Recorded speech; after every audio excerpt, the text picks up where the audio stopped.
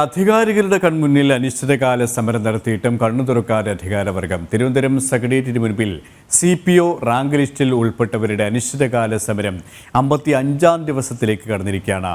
Rank ലിസ്റ്റിന്റെ കാലാവധി തീരാൻ ഇനി ഒരാഴ്ച മാത്രമാണ്. ചർച്ചയ്ക്ക് പോലും തയ്യാറാകാതെ ഇടത് സർക്കാർ തങ്ങൾക്ക് ജോലി ലഭിക്കണം, ഈ നിയമനം നൽകണം, കാലാവധി തീരാൻ മാസങ്ങൾ മാത്രമേ ഉള്ളൂ, അതുകൊണ്ട് തന്നെ കൃത്യമായി ഇടപെടൽ സർക്കാരിൻ്റെ ഭാഗത്ത് നിന്നും ഉണ്ടാകണമെന്ന ആവശ്യം ഉന്നയിച്ചുകൊണ്ട് വിവിധ സമരമാർഗങ്ങളാണ് CPO റാങ്ക് ലിസ്റ്റിൽ ഉൾപ്പെട്ടവർ നടത്തിയത്. പക്ഷേ ഇതുവരെയും അധികൃതർ ഇതുമായി സഹകരിച്ചിട്ടില്ല എന്നതാണ് ഏറ്റവും ശ്രദ്ധേയം. ശിവദാസ് കർമ്മനം ചിരിക്കുകയാണ്. ശിവദാസ്, ഇന്ന് ഈ ഉദ്യോഗാർത്ഥികളുടെ സമരം 55 ദിവസത്തിലേക്ക് എത്തിയിരിക്കുകയാണ്. നീതി ഉറപ്പാക്കുന്നതുവരെ, ജോലി ലഭിക്കുന്നതുവരെ, നിയമനം ലഭിക്കുന്നതുവരെ സമരരംഗത്ത് ശക്തമായി തുടരാൻ തന്നെയാണോ അവരുടെ തീരുമാനവും?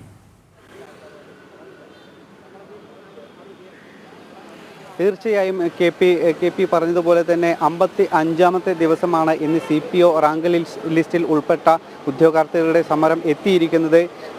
ഇനി വെറും ഒരാഴ്ച മാത്രമേ ഉള്ളൂ. അതായത് ഈ ഏപ്രിൽ 12-ന് ഈ റാങ്ക് ലിസ്റ്റിലെ കാലാവധി അവസാനിക്കുകയാണ്. അതുകൊണ്ട് തന്നെ വലിയൊരു പ്രതിഷേധത്തിലാണ് ഇപ്പോൾ ഈ ഉദ്യോഗാർത്ഥികൾ ഉള്ളത്. ഇനിയും വരും ദിവസങ്ങളിലും റാങ്ക് ലിസ്റ്റ് കാലാവധി കഴിഞ്ഞാൽ പോലും ഇനിയും സമരം തുടരും എന്ന തീരുമാനത്തിൽ തന്നെയാണ് ഉദ്യോഗാർത്ഥികൾ ഉള്ളത്. എന്തായാലും സർക്കാരിൻ്റെ ഭാഗത്തുനിന്നും കൃത്യമായൊരു ഇടപെടലോ അല്ലെങ്കിൽ സമവായ നീക്കങ്ങളോ ചർച്ചകളോ ഒന്നും തന്നെ ഉണ്ടാകുന്നില്ല. അതാണ് ഇവരെ ഏറ്റവും വലിയ പ്രതിഷേധത്തിന് ഇടയാക്കുന്നതും. കാരണം പല രീതിയിലുള്ള സമരങ്ങൾ ഈ കാലയളവിൽ അവർ നടത്തി. തലമുണ്ഠനം ചെയ്തും മുട്ടിൽ ഇഴഞ്ഞും റോഡിൽ ശയനപ്രദർശനം നടത്തിയും പ്രതീകാത്മക ശവമഞ്ചം ഉണ്ടാക്കിയുമെല്ലാം തന്നെ അവർ സമരം നടത്തി. പക്ഷേ പല രീതിയിലുള്ള സമരങ്ങൾ നടത്തിയിട്ടും നിരാഹാര സമരം വരെ നടത്തി. എന്നിട്ടും സർക്കാരിൻ്റെ ഭാഗത്തുനിന്നും ഒരു പ്രതിനിധി പോലും ഇവരോട് ചർച്ചയ്ക്ക് വരികയോ ഒന്നും തന്നെ ഉണ്ടായിട്ടില്ല. ഒരിക്കൽ മാത്രമാണ് DGP ഇവരോട് ചർച്ചയ്ക്കായി എത്തിയത്. ആ സമയത്ത് DGP പറഞ്ഞത് ഇതിൻ്റെ ഫൈനൽ അല്ലെങ്കിൽ അന്തിമ വാക്ക് എന്ന് പറയുന്നത് ആഭ്യന്തര വകുപ്പ് കൈകാര്യം ചെയ്യുന്ന മുഖ്യമന്ത്രിയുടേതാണ്. തങ്ങൾക്ക് ഒന്നും ചെയ്യാൻ കഴിയില്ല. മുഖ്യമന്ത്രിയാണ് ഈ വിഷയത്തിൽ ഇടപെടേണ്ടത്. അതുകൊണ്ട് തന്നെ മുഖ്യമന്ത്രിയാണ് ഇക്കാര്യത്തിൽ ഒരു ഫൈനൽ തീരുമാനം പറയേണ്ടത് എന്നാണ് പറഞ്ഞിരിക്കുന്നത്. പക്ഷേ ഇതുവരെ മുഖ്യമന്ത്രി ഇക്കാര്യത്തിൽ ഒരു കൃത്യമായ നിലപാടോ വിശദീകരണമോ ഒന്നും തന്നെ നൽകിയിട്ടില്ല. മുഖ്യമന്ത്രി പല വേദികളിലും പറയുന്നത് PSC പഠിക്കുന്നവർക്കെല്ലാം തന്നെ കൃത്യമായ ജോലി ലഭിക്കും, റാങ്ക് ലിസ്റ്റിലെല്ലാം എത്തിക്കഴിഞ്ഞാൽ അവർക്ക് കൃത്യമായ ജോലി സർക്കാർ ഇപ്പോൾ നൽകുന്നുണ്ട് തുടങ്ങിയ കാര്യങ്ങളെല്ലാം തന്നെ പല വേദികളിലും പറയുന്നുണ്ട്. പക്ഷേ ഈ ഒരു ഇടപെടൽ മുഖ്യമന്ത്രിയുടെ ഭാഗത്തു നിന്നും ഉണ്ടാകുന്നില്ല. നമുക്ക് ഉദ്യോഗാർത്ഥികളോട് തന്നെ ഇതിലെ കൂടുതൽ വിശദാംശങ്ങൾ ചോദിക്കാം. ഇപ്പോൾ ഇവിടെ സമരം ചെയ്യുന്ന അനന്തു നമ്മളോടൊപ്പം ചേരുന്നുണ്ട്. അനന്തു, ഏകദേശം ഇപ്പോൾ 55 ദിവസമായി ഈ സർക്കാരിൻ്റെ ഭാഗത്തുനിന്ന് എന്തെങ്കിലും തരത്തിലുള്ള ഇടപെടൽ ഉണ്ടായിട്ടുണ്ടോ? സർക്കാരിൻ്റെ ഭാഗത്തുനിന്ന് യാതൊരുവിധ ഇടപെടലും ഉണ്ടായിട്ടില്ല എന്നുള്ളതാണ് വാസ്തവമായിട്ടുള്ള കാര്യം. നമ്മുടെ ഈ 6-ാം തീയതി നമ്മുടെ ഒരു മഹാസംഗമം വിളിക്കുകയും ഈ മഹാസംഗമത്തിൽ 10 മടങ്ങ്, അതായത് ഏകദേശം 5000-ത്തിലധികം യുവാക്കളും അവരുടെ കുടുംബങ്ങളും വന്നപ്പോൾ ഈ റോഡ് ഓട്ടോമാറ്റിക്കായിട്ട് ബ്ലോക്ക് ആവുന്ന ഒരു സ്ഥിതിവിശേഷം ഉണ്ടായി.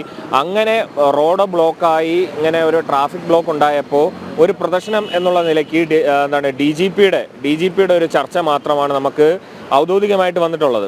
ആ DGPയുടെ ചർച്ചയിൽ അദ്ദേഹം തന്നെ പറയുന്നുണ്ട്, ഇനി 18,000-ത്തിലധികം പോലീസുകാരുടെ ആവശ്യകത ഈ ഒരു കേരളം എന്ന് പറയുന്ന ഒരു സംസ്ഥാനത്ത് ആവശ്യമുണ്ട്.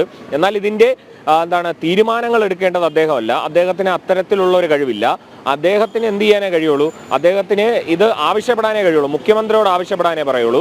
അദ്ദേഹവും പറഞ്ഞത്, നിങ്ങൾ കൃത്യമായിട്ട് നിങ്ങളുടെ സമര രീതിയിലൂടെ തന്നെ മുന്നോട്ട് പോകും, നമ്മളും പ്രഷർ ചെയ്യാം, നമ്മളും മാക്സിമം പ്രഷർ ചെയ്യാം എന്നാണ് പറഞ്ഞിട്ടുള്ളത്. എന്നാൽ മുഖ്യമന്ത്രിയോ അല്ലെങ്കിൽ നമ്മുടെ മന്ത്രിമാരോ ഈ ഒരു പ്രശ്നത്തെ പരിഹരിക്കാനായിട്ട് നമ്മുടെ ഇടയിലേക്ക് ഇറങ്ങി വന്നിട്ടില്ല.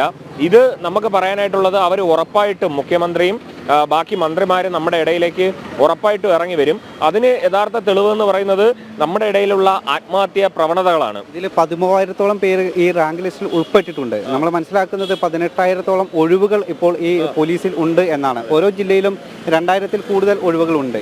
ഇപ്പോൾ 13,000 പേര് മാത്രമാണ്, അതായത് റാങ്ക് ലിസ്റ്റിൻ്റെ കാലാവധി കഴിയുന്നു. എന്താണ് യഥാർത്ഥത്തിൽ, പ്രത്യേകിച്ച് ഈ കേരളത്തെ സംബന്ധിച്ച് ക്രമസമാധാന നില ഒക്കെ തകർന്നൊരു സാഹചര്യം കൂടി നിലനിൽക്കുന്നുണ്ട്. എന്നിട്ടും എന്തുകൊണ്ടായിരിക്കും അവരുടെ ഭാഗത്തുനിന്ന് ചർച്ചയ്ക്ക് വരുന്നില്ല? എന്തുകൊണ്ടാണ് ഇങ്ങനെ ഒരു നിയമനം നടക്കാത്തത്?